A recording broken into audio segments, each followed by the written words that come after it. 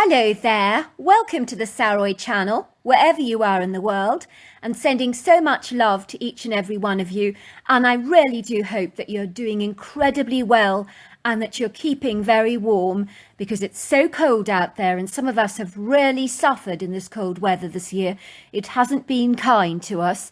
So don't forget to get that lovely, delicious hot cup of cocoa, and why not spoil yourself with some marshmallows inside it? I always think that makes it even more special. So before we get started, don't forget to subscribe to the channel, click the notification bell and the thumbs up, and let's get started with tonight's story. Dear Sarah and all your lovely listeners, my name is Parker, although I'm known by my friends and family as Whitehawk, because I've always been so passionate about flying my bush plane and soaring above the clouds, as it's the closest feeling in the world to being as free as a bird and feeling quite literally on top of the world. I was born and raised in Fairbanks, Alaska, and have lived here all my life, with my mother, father and my two sisters, and last but not least, my grandparents, of course. In this part of the world, the interior and some of the bush region, we experience some of Alaska's extreme weather conditions, with temperatures like 50 degrees below zero, which is why Fairbanks has earned an undisputed reputation for being extremely cold. Much of Alaska is covered in permafrost and is also home to the largest glacier in North America, called the Bering Glacier. As you can imagine, it is mandatory here to drive with special tyres on our roads, especially during the winter months, when conditions on the roads can be treacherous, dodgy and hazardous. I tend to use a winter tread tyre with studs, while some people like the Blick's Axe, because they're pretty good on slick surfaces that stick to ice. We also have plug-ins that we plug into our vehicles in order to heat up our vehicles while at work or visiting Walmart or any other place. These plug-ins are situated on short little poles in parking lots, looking much like old parking meters. Also in Fairbanks, during the freezing weather, rivers and lakes can freeze over, transforming them into what the locals refer to as ice bridges, which you can drive over to take a shortcut, and they can be very useful. In early spring, many people sometimes take such incredible risks over those ice bridges to their own peril, as by then the ice is invariably melted, so they end up needing to be rescued as their vehicle begins to start sinking through the melted ice. Fairbanks is a vibrant, spirited and colourful city in the far north of Alaska, where downtown we have a thriving arts community, rich native Alaskan culture, interesting shops, excellent restaurants, quirky coffee bars, and so much more. Alaskans naturally heartily enjoy the pleasures of the natural world, especially the aurora borealis and the midnight sun, and we have mesmerising long-lasting sunsets and sunrises here that will literally, quite literally, take your breath away.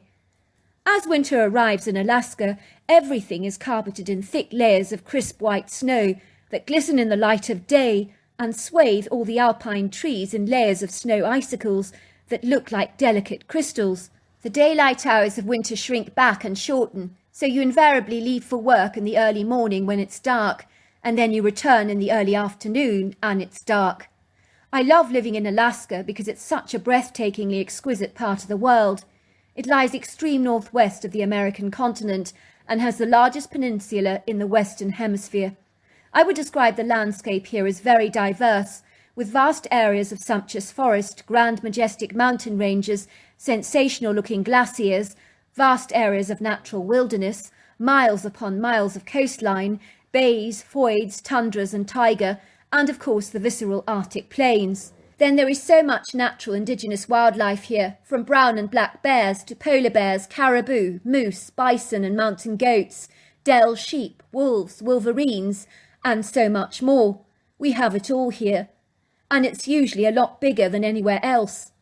I live in a very sizable, functional, minimalistic and practical wooden cabin, which is unembellished and exceedingly modest, although it is furnished with very cosy furnishings designed more specifically for comfort rather than style, which is how Alaskans tend to prefer to live. I live here with my extended family, which has been something I've always appreciated, especially the older members of my family, most particular my grandfather. He's such a wise, sapient old soul, with a very good heart and a feisty, mischievous sense of humour. My grandfather was once a tracker and esteemed hunter, and has so much life experience behind him. He always tells me exactly what he thinks. I remember once I started to date a young girl called Amanda, who was from Juneau, and my grandfather took me to one side and said, "Son, you really don't want to be dating her." I said, "But Pops, she's so pretty, and I really like her." "Pretty she may be," he said, "but that does not last, sonny boy. Beauty is fleeting, but is that miserable, sullen face of hers ever going to make you smile when you return home from a hard day of work on a cold winter's day, 50 degrees below zero? Is that cold face you want to see greeting you when you enter the house, longing for a little warmth, and you are met by the Ice Queen herself? You may end up even more freezing than before you entered your home, if you get my drift." "What do you mean, Pops?" I asked. "She hasn't got a humorous bone in her body, son. I noticed the 3 times you brought her over for dinner with the family. Did her face break into a smile once? No, not even once did the edges of her mouth move, not once. You need a woman with a sense of humour, with a smile that will melt ice, not a frown that will freeze everything over, including your heart. You need someone who doesn't take life too seriously and can laugh at themselves. How can you ever have fun with an Ice Queen? It's not possible, son. Believe me, I know that from bitter experience myself." I have to tell you, I listened to my grandpa, and I didn't see Amanda ever again because I knew he was right. He helped me to see beyond her pretty face, something as a young man I failed to do, as I was taken in by Amanda's attractive appearance, but my Pops was right. She lacked a very good sense of humour, and that's something a good man needs in his life, especially in Alaska on those long, dark, cold winter's days when companionship, friendship, and laughter are so significant. One time I actually brought a friend home with me, and my grandfather told me not to trust him for a single second. "Why?" I said. "He's a nice dude, Pops." "No, there's something distinctly off about him. I don't like his furtive eyes that dodge eye contact. I don't like the way he keeps rubbing his nose whenever you ask him a question. That's a clear sign of dishonesty, as any body language expert will tell you." Of course, my grandfather was exactly right. I found out later my friend was actually arrested for beating up his mother in a drunken stupor. My granddad sensed and discerned his character long before I even got an inkling that something was amiss with him. I think older people seem to have this invaluable quintessential life experience behind them. It enables them to discern things through more discriminating and judicious eyes. They have a sagacious, prudent ability to judge character shrewdly. They can teach a younger, naive generation a great deal of insightful common sense. I think it's hardly a wonder that Indigenous people have always revered their cultural elders and sought after their sapient, percipient advice and guidance for many generations. My strange, peculiar story begins when I decided to take a solo flight in my bush plane over the Alaskan wilderness. I enjoy living up to my prodigious reputation as the White Hawk of the skies, which was elected by my grandfather, who describes me as a warrior of the skies. Jokes aside, I really enjoy flying, not just for necessity, but also for pleasure, and it is something I do almost as naturally and as instinctively as brushing my teeth. Some people go out for dinner or to a spa to relieve stress, but for me, nothing beats soaring up in the skies over the white glaciers, tundra and mountain ranges of the vast Alaskan wilderness, most especially in winter, when getting out of the house is crucial, especially when there's not much daylight to enjoy, so you need to make the most of it in order to get that critical vitamin D booster. I do think some people here suffer from seasonal affective disorder really badly during the winter months, and I don't even think they know it. This is why I emphatically believe we have a problem with alcohol and drug abuse here in a big way. I don't think that they actually understand that depression is related to low levels of ultraviolet light, which is crucial for our overall sense of well-being. My friend Martin used to suffer a helpless feeling of despair every time winter came along here in Alaska, and it really dragged him down in a big way emotionally. My pops told him it was possibly due to not enough ultraviolet light exposure and low levels of vitamin D in his body. So Martin began ultralight therapy with a UV lamp that he purchased online, and he also took vitamin D supplementation. I promise you that in a trice his depression and heaviness completely left him, and he never ever looked back. Since then he's never been depressed. So if you do know anyone affected by the winter blues, tell them to try the UV lamp therapy and vitamin D supplementation. I promise you it really works. Now whenever I fly anywhere, I always take vacuum-sealed matches, a fire starter, knife, food such as jerky and dried fruit because it doesn't take up any space, extra water bottles and a signal mirror, as well as a flashlight, because once again, my pop insists I do this. He's also always ascertained that it's better to be safe rather than sorry, and to leave home prepared for the worst, hoping for the best, but planning for the worst in every eventuality. So one day in the winter of 2015, I decided to take a quick flight over the Alaskan wilderness. I really felt a little flat, and I knew a flight would lift my spirits once I was airborne, levitating above the earth on my wings.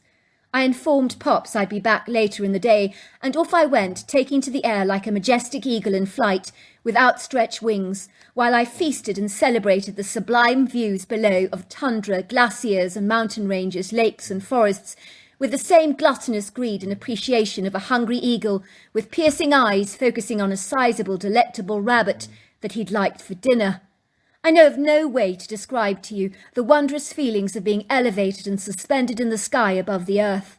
I assure you, once you've owned a pair of wings, it's like owning a car or a cell phone. You can't imagine how you ever managed without it. As I was appreciating and savouring the ravishing scenery over this magical, enchanting winter wonderland, I began to circle my plane and turn it around to retreat back from whence I'd come. I was feeling invigorated and uplifted from my flight. Suddenly my plane went into a wing stall, which really meant that only one of my wings was still operational, while the other one wasn't. My plane began to wobble, rattle, shake, shudder, tremble, and quake violently, and despite my very best efforts handling the controls, I began to go down in a spiraling, oscillating, and convulsing way as the ground quickly began to get closer and closer to me.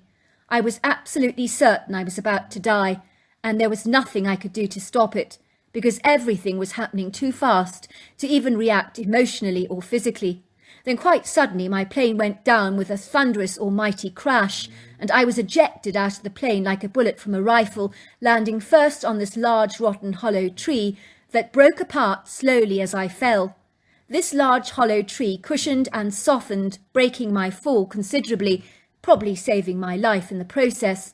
I realised in utter shock that I was still alive, landing on the snow with an almighty jolting thud. I was terrified to look down at my body. I was so dazed, groggy, disorientated and benumbed. I opened my eyes ever so slowly, feeling far too apprehensive about what I would see and how many injuries I had sustained. I looked down and could see that my now flaccid, floppy legs were seriously broken, much like a rag doll's, lacking torsion and no longer functional.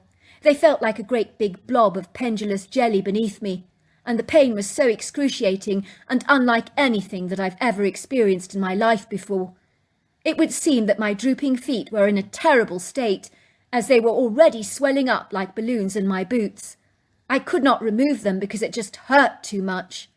My languid incapacity potentially meant that I would possibly freeze to death out here before anybody ever came to my rescue. If the cruel, biting, impartial, dispassionate cold winter weather didn't kill me first, of course. I also ran the horrifying risk of being devoured by wild animals, especially as darkness prevailed over this vast stretch of glistening white Arctic wilderness. Things did not look favourable for me. I discerned that I was too disabled to successfully drag my body towards the plane to retrieve some of my essential belongings. Once the adrenaline levels had subsided, the pain began shooting through my body like a space rocket on full throttle, and my body felt like it wanted to explode, as the pain was insufferable and tortuous. It would seem the slightest movement caused me to suffer the most punishing, intense, debilitating and mind-blowing pain that I can't even begin to describe to you. I couldn't call for help either, because my cell phone was in the plane. It would grow dark soon, and any search party would be unable to find me. It was a hopeless, precarious situation for me, where time was really running out, and luck was clearly not on my side. I was inevitably going to face freezing conditions that can literally kill you and wild animals that would see me as an easy meal, like bears or wolves. My only defence would be trying to startle any approaching wildlife to scare them off by making a massive commotion. But of what use was that when I could barely keep my eyes open? It was a losing battle for me as the tiredness seized my body with the gripping forcefulness of a lion's jaws on my jugular. I was unable to fight back, try as I might. I became overwhelmed by sleep, with the potency of a powerful drug or anaesthetic over which you have no control to resist, despite your very best efforts to prevail. I awoke to find myself still alive, and that was my very first surprise, because I didn't expect that at all. The second bombshell was that I found myself lying in this rudimentary igloo-like shelter that was made from layers of timber and thick blocks of snow for insulation. If that wasn't odd enough, my body was covered in the most smelly pelt of a grizzly bear for warmth, and my boots had miraculously been removed from my feet and were lying by my side. I could see that my crashed plane was also lying outside the igloo, so someone had built me this shelter very recently, close to the plane crash, and carried my body here. I had no recollection or memory of this mysterious event, nor did I have any memory of who had rescued me. I knew I must have passed out from the galvanizing pain because it was so unbearable, and it was now getting significantly worse now that I'd opened my eyes, as my legs were throbbing so violently. I thought a hillbilly living off-grid must be somewhere living out here in the wild and had discovered me by chance and built this shelter for me. I felt really safe knowing that I was being taken care of and hoped that he'd called for help on my behalf. I closed my eyes and went back to sleep, as it was the only relief and respite I got from the agonizing pain. I was so grateful to be warm and safe, away from the dangers and perils of predators, and out of the freezing cold wintry conditions outside that were worsening by the minute, as I could hear the blistering Arctic wind punnelling against my shelter. I woke late in the morning when the light had cast its radiance over the vast Alaskan wilderness, so I could see visibly, very well and clearly. Luckily the howling winds had finally subsided. I could hear the stranger who'd rescued me whistling outside my igloo, and I could see his hazy, shadowy silhouette wandering around outside. He appeared to be wearing a thick coat like that of a bear. Before long I heard him approaching my igloo, and he stood in the doorway looking directly at me to see how I was doing. I looked up at him, but nothing could prepare me for what I was seeing. This was no man, this was Bigfoot. I knew this at once based on his appearance. This critter was easily 10 foot tall. I'd say he was between 800 to 900 pounds, but I can't be sure about that. He was also about 3 foot wide. He was lanky and lean and slender, but at the same time hefty and big. I noted that his powerful muscles were very immense, and he would make some of your best bodybuilders look puny and pathetic. Nothing prepares you for the size of such a predator. I assure you, even a bear would seem small by contrast to Bigfoot. I think what astonished me the most was the critter's agility and grace, because indeed something so heavily built should not be able to move with such effortless fluidity. The critter was covered in a long, very thick winter coat, the colour of a dark black bear, but there were patches on his coat that were tortoiseshell in colour, with very long arms and legs.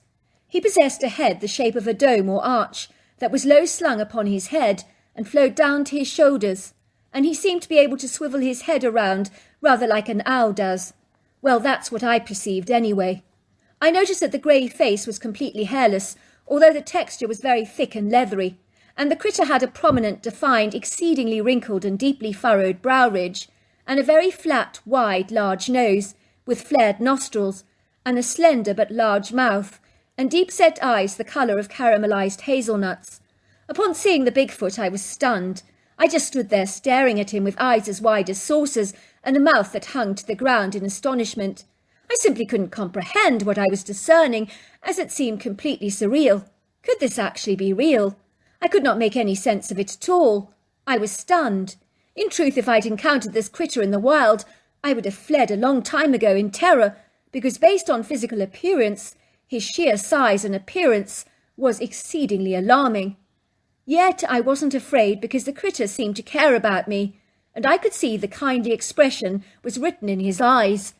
I sat up and pointed towards my plane. The critter seemed to understand because he proceeded to go towards the plane and he pulled out a seat and brought it over to me.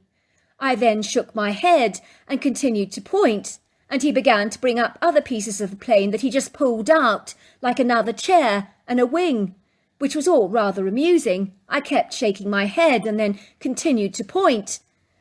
Eventually he did bring me the loose items in the plane, like the emergency rations and my cell phone. I couldn't believe it. My hands began to shake in excitement when I phoned my pops and gave him my coordinates, and he phoned the emergency lines on my behalf. I could hear the trembling in his voice and his joyful relief to hear my voice. He obviously thought I was dead.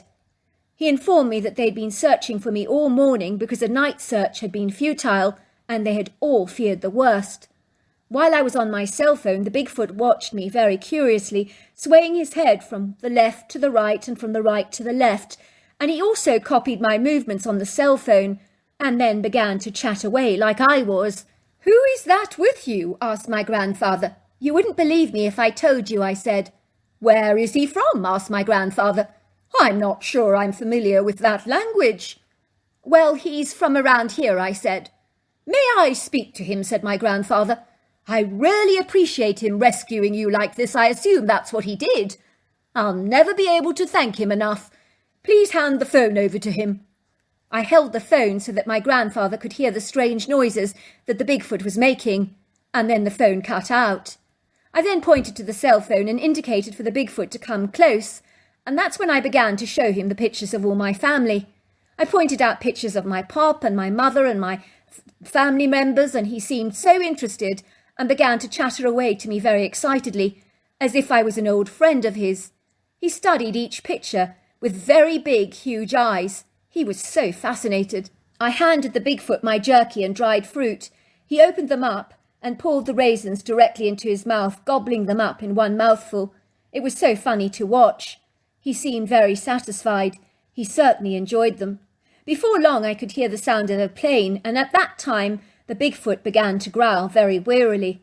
I don't think he liked the sound of the craft, and he looked very concerned by the noise, and fearfulness came into his eyes, and he quickly retreated away, gliding away flawlessly. Before long I was taken to hospital, where I had to undergo multiple surgeries, as I'd indeed broken my leg in several places and shattered my pelvis. Everybody was amazed that in my state I'd actually managed to survive a night in the freezing cold wilderness without being killed by wild animals. People assumed that some strange mountain man who lived off-grid in the Alaskan wilderness had somehow rescued me, but I never told them that Bigfoot had actually saved my life, apart from my grandfather, Pops, who believed my story 100%, but advised me not to tell anybody else about it. He also remembered the strange sounds he heard at the end of the line, and knew that they weren't human. My grandfather did some research about Bigfoot for me while I was in hospital, and he told me it was so important to buy the Bigfoot gifts, so he went all the way to Walmart while I was in hospital and brought a massive box of dried fruits and fresh fruits and nuts and crisps and all kinds of things, and got a friend of mine to fly them to the area where I was rescued.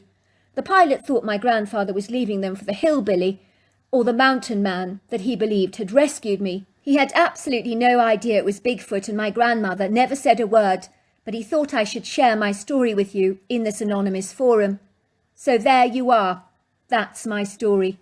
What an extraordinary story, and it sounds fascinating, and it's incredible how many hours of darkness you have in Alaska, and it certainly sounds like that UV light therapy and vitamin D supplementation is a very good idea for anybody out there suffering from seasonal affective disorder. So until next time, goodbye and good night.